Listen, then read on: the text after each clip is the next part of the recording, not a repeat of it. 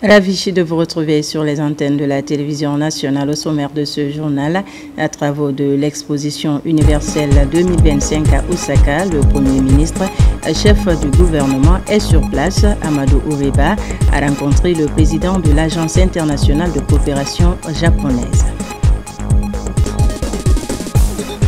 C'est parti pour les activités du projet de formation et d'employabilité féminine lié au programme Simandou 2040. À travers cette initiative, l'ONG Force des femmes compte faire de la participation des femmes à ce programme une réalité. Et nous irons à la baie où le Forum des cadres participe activement au développement local. Pour cette édition de Donki Labé, le Focal a initié plusieurs activités, notamment l'assainissement du marché central. C'est tout pour les titres. Bonjour à tous et bienvenue dans ce 13h. Tout d'abord, à marge des travaux de l'exposition universelle 2025 tenue à Osaka, le Premier ministre a rencontré le président de l'Agence internationale de coopération japonaise. Au menu des débats, le renforcement de la coopération entre la Guinée et la JICA. De là, Amadou Uriba a rencontré le chef de cabinet du gouvernement japonais. Au nom du président de la République, il a émis le souhait de voir le Japon contribuer davantage au développement socio-économique de la Guinée. Kabasuma Hadi Kamara. L'exposition universelle Osaka 2025 présente un pari sur l'avenir, mêlant ainsi ambition du développement durable, rayonnement international et dynamisme économique. C'est pourquoi, dans le cadre du raffermissement des relations bilatérales entre le Japon et la Guinée, le Premier ministre Amadou Uriba a mis à profit son séjour à Tokyo pour se rendre au siège de l'Agence internationale de coopération japonaise, JICA. Ici, le chef du gouvernement et le président de la JICA ont discuté autour de nombreuses questions liées à la promotion du secteur de la santé, de l'éducation, de la pêche et des infrastructures. Comme vous le savez, le Japon est un partenaire très ancien. La JICA, qui est l'agence de coopération du Japon, de manière générale, a fait beaucoup pour notre pays. L'Institut national, l'INSP de Koya, et tant d'autres ponts de la Sumba, le pont de Kaka et d'autres des écoles.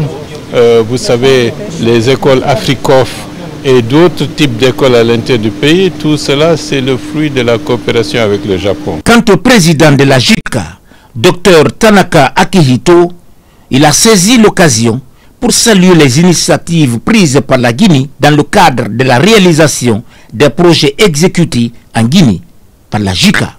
Nous avons le plaisir honoré de discuter avec le monsieur le Premier ministre qui a émis des évaluations très hautes de notre coopération japonaise jusqu'à aujourd'hui et il a parlé de espoir de notre coopération dans le futur. Donc pour cela, nous sommes très heureux pour cela. Le Premier ministre a également eu un entretien avec le chef de cabinet du gouvernement japonais.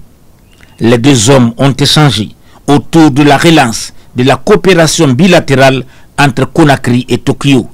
Au nom du président de la République, le général Mamadi Doumbouya, le Premier ministre a invité le pays du soleil levant à contribuer davantage à la transformation économique de la Guinée. Oshimasa Ayasi a rassuré que le Japon continuera à contribuer à la stabilité et au développement des infrastructures en Guinée. La deuxième personnalité de l'exécutif japonais a salué le programme de développement endogène de la Guinée porté par le programme Simandou 2040 et ses innovations. Il a émis le souhait que ce programme soit aligné sur l'agenda 2063 de l'Union africaine et inspire d'autres pays.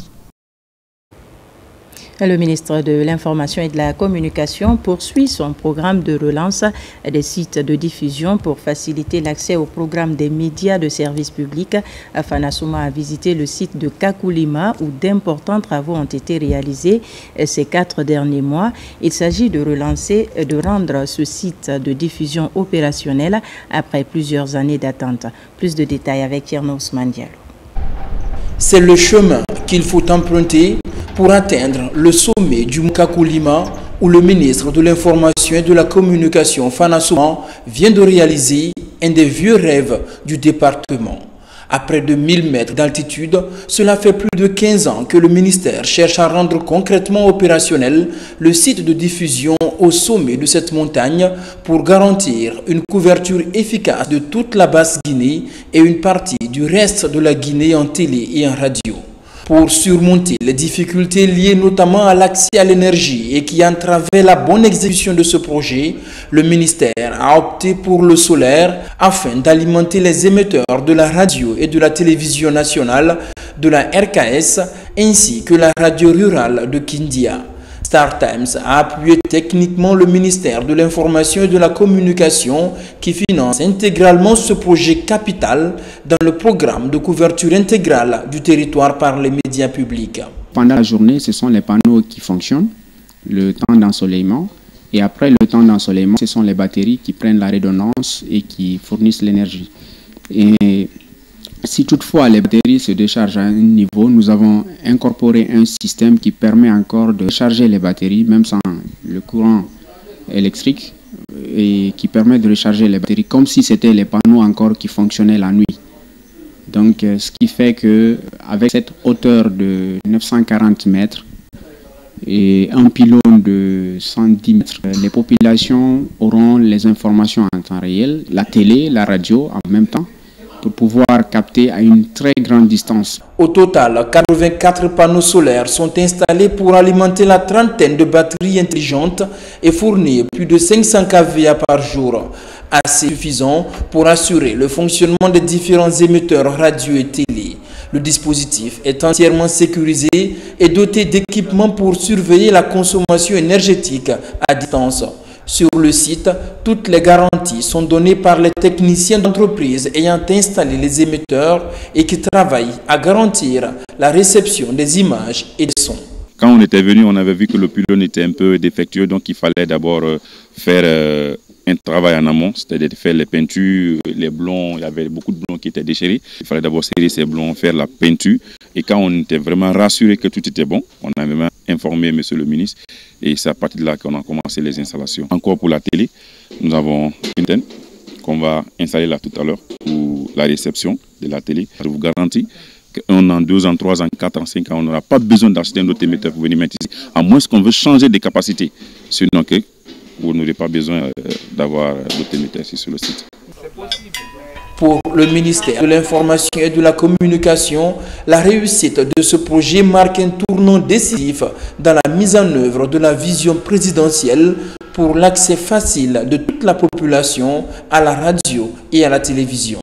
Des sites stratégiques et situés en hauteur comme celui de Kakulima sont répertoriés à travers tout le pays et vont bénéficier d'investissements conséquents pour désenclaver toute la Guinée en matière de télévision et de radio. Ce site répond à une préoccupation fondamentale du chef de l'État, le général Mamadi Doumbouya, qui nous a instruit de couvrir tout le territoire national en radio et en télévision. Donc avec ce site que nous avons mis en service, qui était prêt à abandonner depuis 12 ans, vous allez comprendre que d'ici la semaine prochaine, tout le territoire de la Basse-Guinée sera couvert entièrement en radio, c'est-à-dire la radio nationale, la RKS, la télévision de Rubinet et la télévision de Koloma. Également, nous avons ajouté une radio régionale de Kindia qui va aussi avoir une grande couverture du territoire. C'est vrai que les autorités d'antan avaient pensé qu'il fallait tirer une ligne spéciale.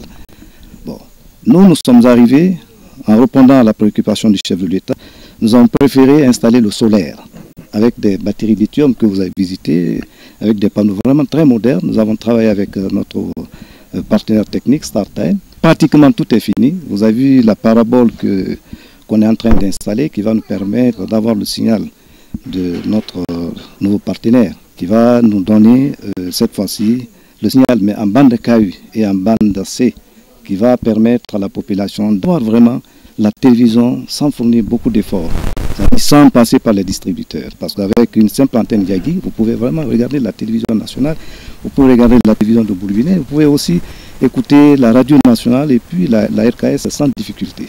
Voilà la préoccupation du chef de l'État que nous sommes en train de répondre. Ça n'a pas été du tout facile parce que ça fait près de 4 mois, nous sommes sur le terrain. Nous sommes en train de travailler discrètement.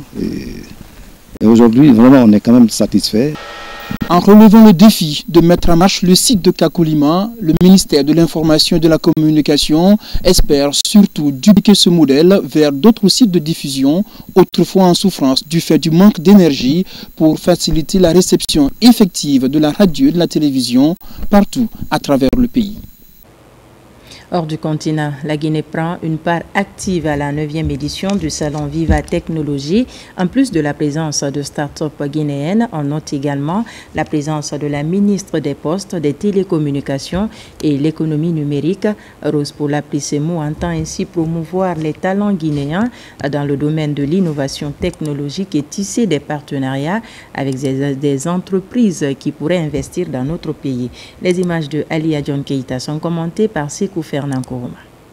Ce vendredi 13 juin, notre pays est la star de l'événement. Entrepreneurs, investisseurs, membres de la diaspora guinéenne, influenceurs technologiques sont tous aux côtés de la délégation guinéenne. La présence de la Guinée à ce grand rendez-vous de l'innovation s'inscrit dans le cadre d'une action voulue par le gouvernement avec comme vision la valorisation des talents locaux, ce qui pourrait nourrir des opportunités en la matière et promouvoir l'innovation au plan national. Je suis très heureux de pouvoir collaborer avec la Guinée et Madame la Ministre pour le développement d'une autorité de protection des données au bénéfice bien entendu des habitants de la Guinée, mais aussi du développement des technologies et de l'essor économique de ce riche pays.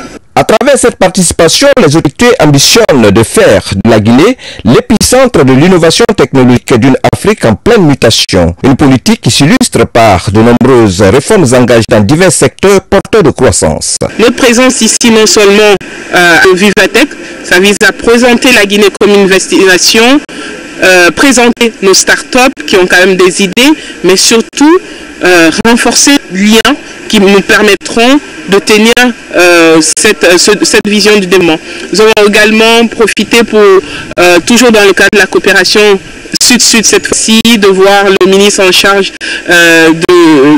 d'Eric en Côte d'Ivoire, un pays frère avec qui nous avons déjà une belle collaboration que nous avons signée en décembre dernier. Et nous continuerons dans la même dynamique. Un grand thème, l'intelligence artificielle est au cœur de cette édition avec 85 des entreprises déclarant vouloir renforcer leurs investissements dans ce domaine. Pour ce qui est des industries créatives, elles explorent comment les technologies redéfinissent la création et l'expérience culturelle. S'agissant du bien-être et de la santé mentale, Vivatech valorise les startups qui innovent pour améliorer la santé, l'inclusion et la qualité de vie. Je vous l'annonçais dans les titres, c'est parti pour les activités du projet de formation et d'employabilité féminine lié au programme Simandou 2040. À travers cette initiative, l'ONG Force des femmes compte faire de la participation des femmes à ce programme une réalité. C'est autour d'un plan quinquennal qui consiste à former 500 femmes chaque année et va toucher les préfectures de Beila, Labé, Bouquet, Fourekaria et Kankan. Abdul Karim Kamara, compte rendu. La gente féminine plus que jamais déterminée à combattre les peurs et le recul. Les notes qui retentissent sur le balafon de Dame Yéli Guinée donnent le ton de cet engagement. Un engagement lié à la participation des femmes au programme Simandou 2040. Il s'agit du projet de formation et d'employabilité féminine PROFEF, dont les activités sont lancées devant ce parterre de personnalités ignées par Force des femmes. Le programme Simandou 2040 incarne un projet structurant pour la Guinée. Et il serait inconcevable que les femmes soient les grandes oubliées de ces ambitions nationales. C'est pourquoi nous, Force des femmes, insistons sur la formation professionnelle, accès équitable en droit, comme des conditions essentielles à une participation féminine significative. L'occasion est mise à profit pour présenter les ambassadrices du PROFEF.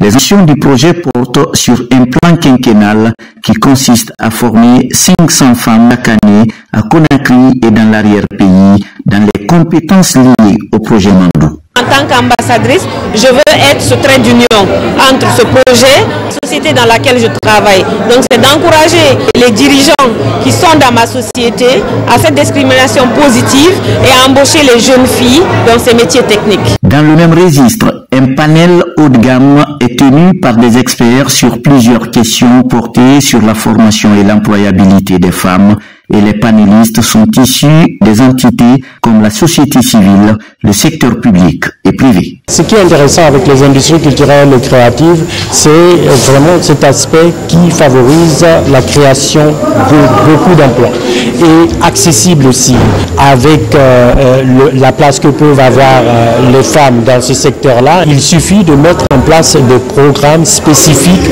qui peuvent être dédiés aux femmes. À l'image du programme Simandou 2040, un catalyseur d'emploi, des formations techniques et de développement communautaire, dans lequel les femmes doivent pleinement trouver leur place. Notre ministère aujourd'hui travaille en ce sens, en s'assurant que les dynamiques économiques majeures soient pensées avec une approche genre et que les bénéfices du développement atteignent équitablement les femmes et les hommes. Le plan d'action du PROFEF connaîtra 3 phases, à savoir la conception du projet, la mise en place de la formation et le suivi et insertion professionnelle. La phase formation va toucher les zones de Beila, Labé, Boké, Forêt-Caria et Cancan. Et puis, les acteurs du projet NBS Forêt guinéenne multiplient les rencontres avec les femmes évoluant dans ces zones d'exécution.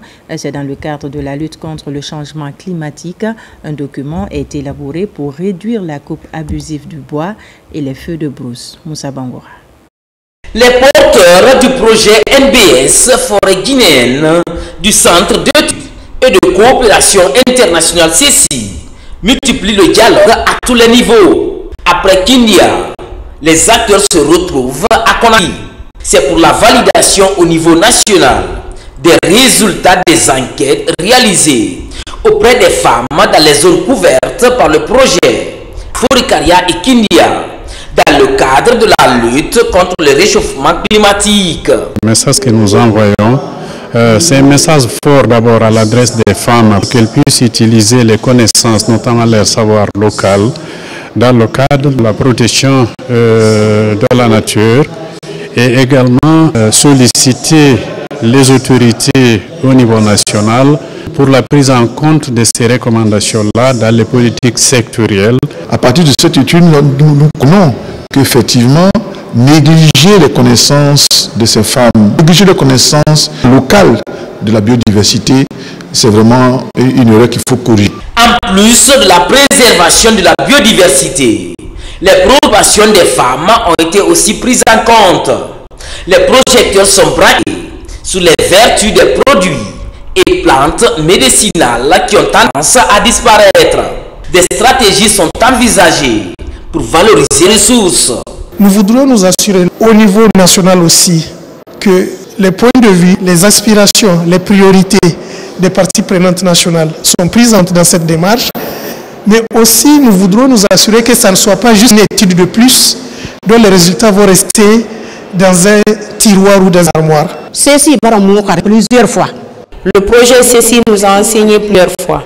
Au retour dans les communautés, nous passerons les messages pour mieux préserver l'environnement. Mais tout, avec les objectifs de développement durable, des recommandations ont été faites pour la restauration des forêts dégradées.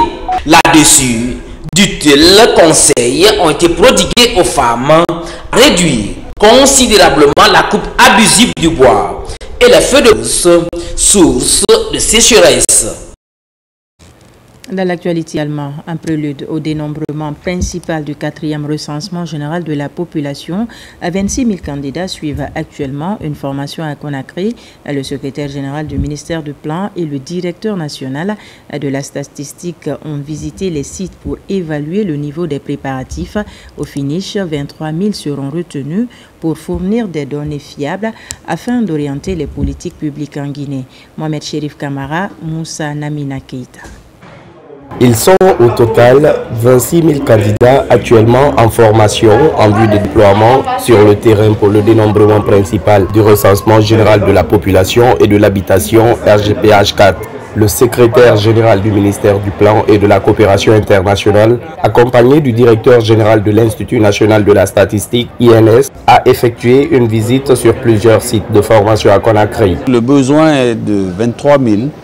Nous avons pu réunir 26 000 candidats qui vont suivre cette formation et à l'issue de laquelle Des évaluations seront organisées pour retenir les 23 000 qui seront finalement déployés sur le terrain pour le dénombrement principal du recensement général de la population et l'habitation. À l'issue de cette formation, une évaluation rigoureuse sera organisée pour sélectionner 23 000 agents recenseurs. Leur mission consistera à collecter des données fiables et actualisées, indispensables pour la planification et la mise en œuvre de politiques publiques efficaces en République de Guinée. C'est une formation qui va prendre 14 jours dans les salles et 2 jours aussi sur le terrain. Après, il va y avoir ici la formation des chefs d'équipe, après une évaluation qui sera faite pour prendre les meilleurs comme étant le chef d'équipe. Après les 2 jours ici de formation des chefs d'équipe, il va y avoir un déploiement sur le terrain. Cette formation se déroule très bien, dans de bonnes conditions, dans toutes les 13 communes de la région de Conakry. Le recensement général constitue un outil fondamental pour le développement du pays. La réussite de cette opération dépendra non seulement de l'efficacité des agents recenseurs qui seront bientôt déployés sur le terrain. De côté de l'AB, le Forum des cadres de l'AB participe activement au développement local pour cette édition du Donki l'AB. Le FOCAL a initié plusieurs activités, notamment l'assainissement du marché central avec à la clé des outils appropriés. Mais également, le FOCAL a fait un don de moto aux 28 présidents de conseils de quartier. Abdoulaye Ningilande Diallo commente les images de Saraftine Diallo. La vision du Forum des cadres de l'AB et de contribuer au développement de la préfecture. Il réunit en son sein des fils et filles résidents et ressortissants. Cette année, le FOCAL a marqué son 2e anniversaire par des activités comme l'assainissement du marché central, le don des motos aux 28 présidents de conseils de quartier, des casques de protection aux taximotards et des outils d'assainissement à la commune urbaine. Le FOCAL, c'est un réseau de cadres qui se donne comme objectif d'améliorer en fait le niveau d'entraide entre les fils de l'AB qui travaillent dans l'administration publique. Nous travaillons également à soutenir les services déconcentrés et décentralisés de l'État qui interviennent dans la préfecture de l'AB.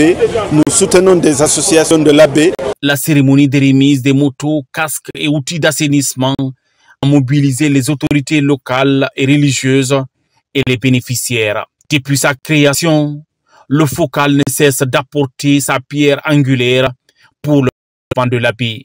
Une contribution patriotique appréciée par les autorités à travers le président de la délégation spéciale. Ce sentiment de satisfaction par rapport à cette initiative qui accompagne la commune urbaine de l'AB dans le cadre de l'assainissement, qui est l'une des activités phares au niveau de la commune urbaine de l'AB. Le Forum des cadres de l'AB, faut-il le rappeler, a été créé en 2024. Une organisation qui, dès lors, apporte son soutien pour le développement de l'AB. On en vient aux 6 communes qui vont abriter le futur parc national Penseli Soya Sabouya. Région administrative de Mamou dispose désormais de plans de développement local actualisés. La mobilisation de financement destiné à répondre aux besoins prioritaires des localités concernées. La remise officielle des documents s'est déroulée à Conakry. Le point avec Moussa Koumar. C'est une étape importante dans la préservation du parc Penseli Soya Sabouya. La remise de ces plans de développement local de 3e génération aux 6 communes rurales de Marela, Soya, Linsan, Sabouya, Ourekaba et Konkouré. Il s'agit d'introduire les PDL de ces communes, les aspects environnementaux, notamment la gestion de la nature. Dans ce PDL, c'est la plus importante ici, c'est de sauver l'environnement. Deuxièmement, la scolarisation de nos enfants. Ça me marque à plus d'un titre. Nous engageons pour aider à WCF à protéger l'environnement parce qu'il œuvre dans ce sens pour que la forêt, la faune et la flore soient protégées dans les différentes localités. Ce document stratégique est une contribution de la Wild Chimpanzee Foundation à travers le projet Natura Guinée financé par l'Union européenne. Ce projet s'inscrit déjà dans le cadre de la préservation de la nature. Et dans ces cadres-là, comme vous le savez, il nous faut impliquer les communautés pour que cette gestion soit durable. Et donc l'outil primordial pour intégrer les aspects économiques et les aspects de biodiversité, c'est le plan de développement local. Que nous encourageons vivement l'appropriation de ces PDL par l'ensemble des parties prenantes, ainsi que leur utilisation comme base pour la mobilisation des financements complémentaires, notamment à travers des plans annuels d'investissement 2025. Ce document présenté répond aux attentes des acteurs et du gouvernement. L'occasion pour le représentant du ministre de l'administration du territoire et de la décentralisation d'inviter les différents acteurs du processus à faire bon usage. Tout en félicitant, mesdames et messieurs, les acteurs de cette dynamique, nous exhortons les communes d'en faire bon usage et de partager les bonnes pratiques avec les communes qui sont en cours d'actualisation de leur PDL. Avec ce nouveau plan de développement local qui intègre les aspects environnementaux, le gouvernement guinéen confirme sa détermination à protéger les ressources naturelles. Enfin, pour appuyer la gouvernance locale à Farana, l'ANAFIC lance une session de formation à l'intention des points focaux, des comités de gestion des réclamations et agents techniques d'encadrement communautaire. Les thèmes portent sur les procédures de référencement des plaintes liées aux violences basées sur le genre, l'exploitation sexuelle, les abus et autres harcèlements sexuels. Les détails avec Ibrahima Oulem Fofana, Silatigo. À Farana, l'Agence nationale de financement des collectivités locales se déploie dans la lutte contre les violences basées sur le genre. L'initiative s'inscrit dans le cadre du projet Appui à la gouvernance locale. Elle a regroupé les points focaux et les agents techniques d'encadrement communautaire des 46 communes de la région administrative de Farana.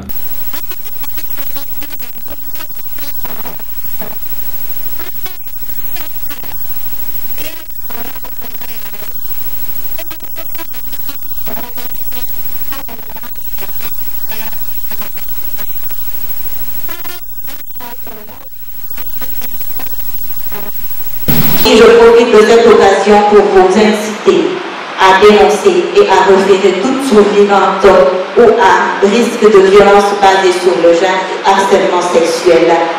Pendant 4 jours, ces représentants des 46 communes de la région administrative de Farana sont outillés sur les techniques de lutte contre les violences basées sur le genre, les abus et harcèlements sexuels, les procédures de référencement, des plaintes sensibles liées à l'exploitation, abus et harcèlement sexuel ou encore le code de conduite individuelle. Je vous invite, sous la supervision des agents techniques d'encadrement communautaire, d'organiser et de partager dans le but d'être au même niveau de compréhension et de pratique de ces connaissances acquises aux autres membres, surtout avec la participation active des citoyens en général. Je suis très ravi d'avoir pris part à cette formation. Les femmes subissent certaines pratiques aujourd'hui liées au manque de moyens. Au terme de la présente formation, ces agents techniques d'encadrement communautaire seront outillés sur le code de conduite individuelle avant de le signer, chacun pour le bien des collectivités, sans violence basée sur le genre. Voilà qui m'a fait à ce journal. Merci de nous avoir reçus chez vous. L'actualité se poursuit sur notre site le www.rtgguinée.info. On se retrouve à 17 h pour d'autres informations de la Guinée, notre paradis, terre de richesse et d'innovation.